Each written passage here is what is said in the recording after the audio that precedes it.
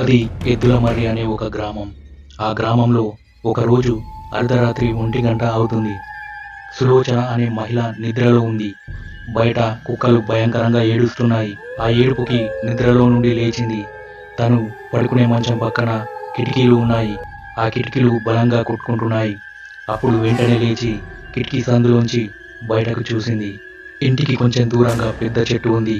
ఆ చెట్టు చుట్టూ 20 కుక్కలు చేరి ఏడుస్తున్నాయి. ఆ దృశ్యం ఎలా ఉంది అంటే చాలా భయంకరంగా ఉంది. ఆ చెట్టు మొదట్లో కింద కూర్చొని ఒక ఆవిడ ఉంది. ఈ సులోచన అటువైపు చూసి ఒక్కసారిగా భయపడిపోయింది. ఎందుకంటే ఆ కుక్కలతో పాటు అక్కడ కూర్చున్న మహిళ కూడా భయంకరంగా ఏడుస్తుంది. అదే సమయంలో ఎవరో డోర్ కొట్టిన శబ్దం వినిపిస్తుంది. ఇంకా ఉలిక్కి పడింది సులోచన. అప్పుడు సులోచన అనే పిలిచే శబ్దం వినిపించింది. అప్పుడు సులోచన భయపడుతూ డోర్ దగ్గరకు వెళ్ళి డోర్ తీసింది. తీయగానే ఆమె భర్త రాఘవ కనిపించాడు. వెంటనే తన భర్త చేతిని పట్టి లోపలికి లాక్కుంది. వెంటనే డోర్ లాక్ చేసింది. అప్పుడు రాఘవని కిటికీ దగ్గరికి తీసుకొచ్చి బయట దృశ్యాన్ని చూపించింది. అక్కడ కుక్కలు కానీ ఆ మహిళ కానీ ఎవరు కనిపించలేదు. సులోచన భయంతో ఏం జరిగిందో వివరించి చెప్పింది. కానీ రాఘవ అదంతా నమ్మలేదు. నీకేదో పీడకల వచ్చి ఉంటుంది అని అన్నాడు. భయపడుద్దులే, నేను ఉన్నా కదా అని రాఘవ కిటికీలు వేశాడు. ఇద్దరు పడుకుంటారు. మరుసటి రోజు ఉదయం లేచి రాఘవ అత్యవసర పని మీద వేరే ఊరికి వెళ్తున్నాను, రావడానికి 4-5 రోజులు సమయం పడుతుంది అని సులోచనకి చెబుతాడు. ఇంట్లో వీళ్ళు ఇద్దరు తప్ప ఇంకెవరు ఉండరు. సులోచన రాత్రి జరిగిన సంఘటన గుర్తుకు వచ్చి భయపడుతుంది. వద్దు, ఎక్కడికి వెళ్ళొద్దు అని చెప్తుంది. కానీ రాఘవ అదేమి వినిపించుకోకుండా 4-5 రోజుల్లో వస్తాను, నీకు మా ఫ్రెండ్ బాల తోడుగా ఉంటాడు అని చెప్పి వెళ్తాడు. సాయంత్రం వరకే ఇంటికి వస్తాడు అని చెబుతాడు. వద్దండి, ఎక్కడికి వెళ్ళొద్దు, నాకు భయమేస్తుంది అని చెబుతుంది. అయినా కూడా రాఘవ ఇలా అంటాడు, నేను వెళ్ళకపోతే అక్కడ పని జరగదు అని చెప్పి వెళ్తాడు. అలా సాయంత్రానికల్లా వస్తాడు అన్న బాల ఇంకా రాలేదు. ఇంకా ఎదురు చూస్తూ ఉంది సులోచన. రాత్రి 10 అవుతుంది. కానీ బాల ఇంకా రాలేదు. రాత్రి 10 వరకు ఎదురు చూసిన సులోచన ఇంకా రాడేమో అని అనుకొని భయంతో పడుకుంటుంది. అప్పుడు రాత్రి 12 గంటలకి సులోచనకి కిటికీ సౌండ్ కొట్టుకున్నట్లు వినిపిస్తుంది. వెంటనే కిటికీ వైపు చూస్తుంది. కిటికీని మెల్లగా ఓపెన్ చేసి బయటకు చూస్తుంది. అప్పుడు ఎవరు కనిపించరు. కిటికీ మూసేద్దామనే సమయానికి కిటికీ బయట వైపున ఎవరో ఉన్నట్లు నీడ కనిపిస్తుంది.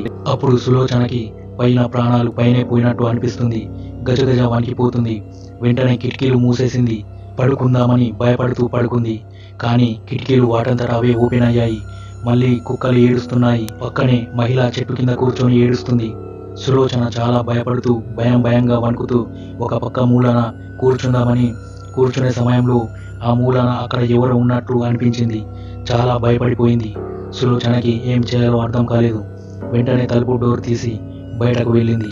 మొత్తం అంతా చీకటి. కానీ సులోచన బయట ఏడుస్తున్న ఆవిడ దగ్గరికి వెళ్ళి చూద్దామనుకుంది. మెల్లగా నడుచుకుంటూ అడుగులో అడుగు వేస్తూ భయపడుతూనే ఏడుస్తున్న మహిళ దగ్గరికి వెళ్తుంది. కుక్కలు సులోచనని చూసి అక్కడి నుండి పరిగెత్తుకుంటూ పోయాయి. కానీ మహిళ మాత్రం అక్కడే కూర్చుంది. ఇంకా దగ్గరికి వెళ్ళి నువ్వు ఎవరు అని పిలుస్తుంది.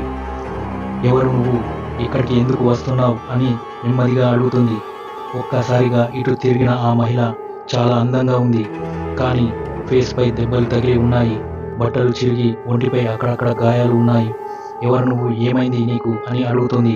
అప్పుడు ఆ మహిళ ఆ చెట్టు దగ్గర మాయమై వెంటనే ఎదురుగా గాల్లో తేలుతూ ప్రత్యక్షమవుతుంది. సులోచన చాలా భయపడుతుంది. అప్పుడు అలా ప్రత్యక్షమైన మహిళ నా పేరు యామిని అని చెబుతుంది. అలా చెప్పే సమయంలో 5గురు మాంత్రికులు అక్కడికి వస్తారు. దాన్ని బంధించండిరా అంటూ పెద్దగా అరుస్తారు. వాళ్ళతో పాటు ఇంకా చాలా మంది అక్కడికి వస్తారు. అందులోంచి ఒకడు ఇది చచ్చిన మనల్ని వెంటాడుతుంది అని అంటాడు. దీని పీడ ఇప్పుడే విరగడవ్వాలి, దీనిని బంధించి పాతి పెట్టేద్దామని అంటాడు. అప్పుడు సులోచన శరీరంలోకి యామిని ప్రవేశిస్తుంది. 5గురు మంత్రగాళ్ళు సులోచన చుట్టూ చేరి మంత్రాలు చదువుతూ ఉంటారు. సులోచన చుట్టూ ఒక రౌండ్గా గీస్తారు. అందులో నిప్పు వెలుగుతూ ఉంటుంది. అష్టదిగ్బంధనం చేస్తారు. అలా సులోచనని ఆ సర్కిల్లో మంత్రాలతో కూర్చోబెడతారు. మిగతా వాళ్ళందరూ ఆ మంత్రగాళ్ళకి చుట్టూరా నిలిచి ఉంటారు. అదే సమయంలో రాఘవ ఇంటికి వస్తూ ఉంటాడు. అప్పుడు ఆ దృశ్యాన్ని చూస్తాడు. చుట్టూరా అగ్గితో మధ్యలో కూర్చున్న సులోచనని చూస్తాడు. ఒక చెట్టు చాటున దాక్కొని ఏం జరుగుతుందా అని గమనిస్తాడు. అయితే మంత్రగాళ్ళు మంత్రాలు చదువుతూ ఉంటారు. అప్పుడు సులోచన భయంకరంగా అరుస్తూ ఉంటుంది. మీ అందరినీ చంపేస్తానురా, ఒక్కడిని కూడా బ్రతకనివ్వను అంటూ అరుస్తుంది. అప్పుడు రాఘవ తన దగ్గర ఉన్న తుపాకీతో గురి చూసి అందులో ఉన్న ఒక మంత్రగాడికి కాలుస్తాడు. అప్పుడు అక్కడ మంత్రాలు చదవటం ఆగిపోవడంతో సులోచన ఆ సర్కిల్లో నుండి లేచి వారందరినీ గాలిలోనే ఎగురుతూ కొడుతుంది. వారంతా అక్కడి నుండి పారిపోతారు. అప్పుడు సులోచన దగ్గరికి రాఘవ వస్తాడు. ఏంటి సులోచన, వారంతా ఎవరు, ఏం జరుగుతుంది, అసలు ఇక్కడ ఏం జరుగుతుంది అని అడుగుతాడు. నా పేరు యామిని అని చెప్పి అంతలోని సులోచన కింద పడిపోతుంది. రాఘవ స్నేహితుడైన బాల పరిగెత్తుకుంటూ రాఘవ దగ్గరికి వస్తాడు. ఏం జరిగింది అని అడుగుతాడు బాల. అది సరే కానీ నేను ఇంటికి వెళ్ళమని చెప్పాను కదా, ఎందుకు రాలేదు ఇంటికి అని అడుగుతాడు. అప్పుడు బాల ఇలా అంటాడు, నేను అనుకోకుండా వేరే ఊరికి వెళ్ళాను, అందుకే లేట్ అయింది అని చెబుతాడు. ఇంతకీ నువ్వు వేరే ఊరికి వెళ్తున్నాను అని అన్నావు కదా, 4-5 రోజుల సమయం పడుతుంది అన్నావు కదా, మళ్ళీ ఎలా వచ్చావు, అసలు ఇక్కడ ఏం జరిగిందిరా అని అడుగుతాడు బాల. నేను చేయాలి అనుకున్న పని దగ్గరికి వెళ్ళాను, కానీ కొన్ని కారణాల వల్ల ఆ పని అనేది వాయిదా పడింది. 2 రోజుల తర్వాత రమ్మని చెప్పారు, అందుకే ఇంటికి వచ్చాను. వచ్చేసరికి సులోచన ఒక గుండ్రని సర్కిల్లో కూర్చొని ఉండి ఆ సర్కిల్ చుట్టూ అగ్గి వెలుగుతూ ఉంది. ఆ సర్కిల్ బయట మంత్రగాళ్ళు కూర్చొని ఏవో మంత్రాలు చదువుతున్నారు. అప్పుడు నా దగ్గర ఉన్న తుపాకీతో అందులో ఒకరిని కాల్చాను. అప్పుడు సులోచన లేచింది, వాళ్ళని గాల్లో తేలుతూ కొట్టింది. వాళ్ళంతా పారిపోయారు. నేను సులోచన దగ్గరికి వెళ్ళాను, కానీ తను నా వైపు చూసి నా పేరు యామిని అని చెప్పి కింద పడిపోయింది అని చెబుతాడు. ఇదంతా విన్న బాల, అరే ఇదంతా చూస్తుంటే సులోచనకి ఏదో దయ్యం పట్టింది, అందుకే నా పేరు యామిని అని చెబుతుంది. ఇంకా గాల్లో తేలుతుంది అంటే ఖచ్చితంగా ఏదో దయ్యం పట్టింది అని అంటాడు. అరే నాకు తెలిసిన ఒక ధీర భైరవ అనే స్వామి ఉన్నాడు, ఆయన ఇలాంటివి చాలా మందికి న్యాయం చేశాడు, ఆయన దగ్గరకు వెళ్తే మనకు పరిష్కారం దొరుకుతుంది అని చెప్తాడు. రాఘవ బాలతో కలిసి ఆ స్వామి దగ్గరికి వెళ్ళాలని నిర్ణయించుకుంటారు. అరే రాఘవ, స్వామి దగ్గర ఏం జరిగిందో పూర్తిగా చెప్పాలి, స్వామి వారికి పూర్తిగా పరిష్కారం తెలుసు అని బాల అంటాడు. రాఘవ తలూపి వెంటనే సులోచనని చూస్తాడు. ఆమె స్పృహ కోల్పోయి పడి ఉంటుంది. అయితే ఆమె శరీరం పూర్తిగా చల్లగా మారిపోయి ఉంటుంది. బాల త్వరగా నాతో కలిసిరా అని రాఘవ సులోచనని భుజన వేసుకొని ఇంట్లోకి తీసుకెళ్లి సులోచనని పడుకోబెడతారు. రాత్రి కాసేపటికి రాఘవ బాల ఇద్దరు కలిసి ఊరి అవతల ఒక అడవి ఉంటుంది. ఆ అడవి మధ్యలో ఒక గుహ ఉంటుంది. ఆ గుహ లోపలికి వెళ్తే గుహ లోపల అక్కడ ఒక పెద్ద మంట వెలుగుతోంది. మంటల చుట్టూ చాలా మంది గురువులు కూర్చొని జపం చేస్తున్నారు. అందులో ఒక వృద్ధుడు అందరికంటే భిన్నంగా వేషధారణతో తెలివిగలిగిన వ్యక్తిగా కనిపిస్తాడు. ఆ స్వామి వద్దకు బాల వెళ్తాడు. స్వామి గారు, మా స్నేహితుడి భార్యకు చాలా పెద్ద ప్రమాదం ఏర్పడింది. మా స్నేహితుడి భార్య శరీరంలో ఒక ఆత్మ ప్రవేశించింది. ఆమె పేరు యామిని అంట. మేము ఏం చేయాలో అర్థం కావటం లేదు. నిజానికి అసలు మాది ఆ ఊరు కాదు. 5 రోజుల కిందే మేము ఆ ఊరికి వచ్చాము. వీరిద్దరూ ఒక ఇంట్లో అద్దె తీసుకొని ఉంటున్నారు. నేను వేరే ఊర్లో ఉంటాను అని చెబుతాడు. స్వామి కళ్ళు మూసుకొని కాసేపు ధ్యానం చేస్తాడు. అప్పుడు గంభీరమైన స్వరంతో, మీ స్నేహితురాలి శరీరంలో ఉన్నది సామాన్య ఆత్మ కాదు, అది ప్రతీకారంతో రగిలిపోతున్న ఆత్మ. దాన్ని శాంతిపరచకపోతే అది మరింత బలపడుతుంది. 3వ రోజుకి ముందే ఆత్మని బంధించాలి, లేదంటే సులోచన శరీరాన్ని పూర్తిగా స్వాధీనం చేసుకుంటుంది అని చెప్తాడు. ఆ మాటలు విన్న రాఘవ బాల ఉలిక్కి పడతారు. స్వామి, మరి దాన్ని శాంతిపరచడం ఎలా అని రాఘవ అడుగుతాడు. స్వామి కళ్ళు తెరిచి గంభీరంగా అన్నాడు, నాకు ఆ ఆత్మ కథ తెలియాలి. ఆమె ఎవరు, ఎందుకు అలా మారింది, అసలు ఆమెకు ఏం జరిగింది? ఈ ప్రశ్నలకి సమాధానం తెలియకపోతే దానికి శాంతి కల్పించడం చాలా కష్టం. ఆమె జీవితంలో ఏం జరిగిందో పూర్తిగా తెలిస్తే ఏదైనా సమస్య పరిష్కరించవచ్చు అని అంటాడు. తల ఊపిన రాఘవ, స్వామి గారు, మరి ఆవిడ జీవితంలో ఏం జరిగిందో ఎలా తెలుసుకోవాలి అని అడుగుతాడు. అప్పుడు ధీరభైరవ స్వామి చెప్తాడు, నువ్వు ఎప్పటిలాగే సులోచనతో మాట్లాడుతూ ఉండు, నీకు తోడుగా బాల ఉంటాడు. రేపు అర్ధరాత్రి 1 గంట సమయానికి మేము అందరము వస్తాము. అప్పుడు మంత్రాలు చదువుతూ కూర్చోబెట్టి అడుగుదాం అని చెబుతాడు. రాఘవ బాలు ఇద్దరు ఇంటికి వెళ్తారు. ఇంటికి వెళ్ళి చెట్టు వైపు చూసేసరికి ఒక శవం చెట్టుకి వేలాడుతూ ఉంటుంది. అప్పుడు కరెక్ట్గా శవానికి కింద కూర్చొని సులోచన గట్టిగా నవ్వుతూ కనిపిస్తుంది. అప్పుడు రాఘవ బాల ఇద్దరు సులోచన దగ్గరికి పరిగెత్తుకుంటూ వెళ్తారు. చచ్చాడు చచ్చాడు, 4వ వాడు కూడా చచ్చాడు అని గట్టిగా అరుస్తుంది సులోచన. సులోచన సులోచన అంటూ రాఘవ దగ్గరికి వెళ్ళి చూసేసరికి అప్పుడు సులోచన మొహం ఎర్రగా మారుతుంది, కళ్ళు ఎర్రగా మారుతాయి. ఒక్కసారిగా గాలిలో తేలుతూ సులోచన అలా తేలి వెంటనే కింద పడిపోతుంది. యామిని ఆత్మ సులోచనను వదిలి వెళ్ళిపోతుంది. అప్పుడు చెట్టుకి కొంత దూరంలో ధీరభైరవ స్వామి చేతిలో సీసా పట్టుకొని నిల్చుంటాడు. అలా ధీరభైరవ స్వామి చేతిలో ఉన్న సీసాలోకి యామిని బందీగా వెళ్తుంది. అప్పుడు ధీరభైరవ స్వామి ఇంకా మిగతా స్వామీజీలు అందరూ సులోచన ఉన్న దగ్గరికి వెళ్తారు. సీసాలోంచి బయటకు రావడానికి చాలా ప్రయత్నం చేస్తుంది, కానీ కుదరదు. అప్పుడు ధీరభైరవ స్వామి యామినిని అడుగుతాడు, చెప్పు, నువ్వు ఈ సులోచన శరీరంలోకి ఎందుకు వచ్చావు? ఎందుకు ఆమెని ఇబ్బంది పెడుతున్నావు?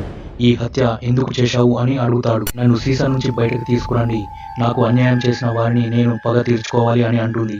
ఏంటి నీకు జరిగిన అన్యాయం అని భైరవ స్వామి అడుగుతాడు.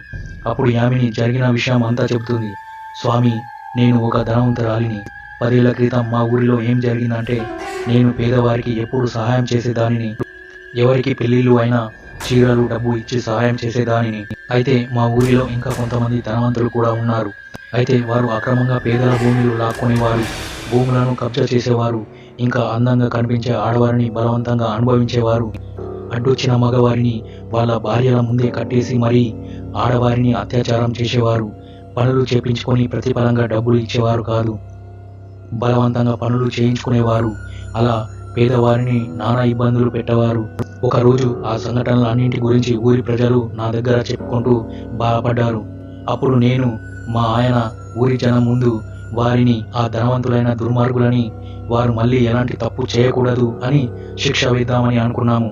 అయితే ఎవరైతే అత్యాచారానికి గురయ్యారో వారితో చెప్పులతో కొట్టించాము. అందుకు వారు నాపై, మా ఆయనపై పగ పెంచుకున్నారు. అలా 15 మంది ధనవంతులు ఇంకా వాళ్ళ అనుచరులను తీసుకొచ్చి మూకుమ్మడిగా మా ఇంటిపై దాడి చేసి మా ఆయనని ఒక కుర్చీకి కట్టేసి మా ఆయన ముందే నన్ను అత్యాచారం చేశారు. ఆ 15 మంది ధనవంతుల్ని ఇంకా చాలా మంది వాళ్ళ అనుచరుల్ని మేము ఎదిరించలేకపోయాము. నన్ను చాలా దారుణంగా కొట్టారు. ఒకరి తర్వాత ఒకరు నన్ను అత్యాచారం చేశారు.